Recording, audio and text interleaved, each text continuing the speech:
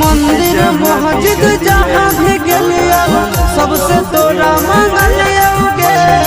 तोरा हम हंसलियो हरदम अपने भले जानलियोगे।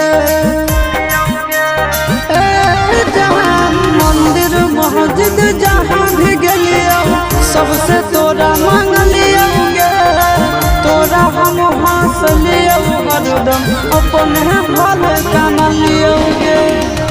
तोर किस्मत खुलता, तोर किस्मत खुलता, जरता हमर भगिया गे। बसवे के डोलिया जानू बांस के अरथिया गे। बसवे के डोलिया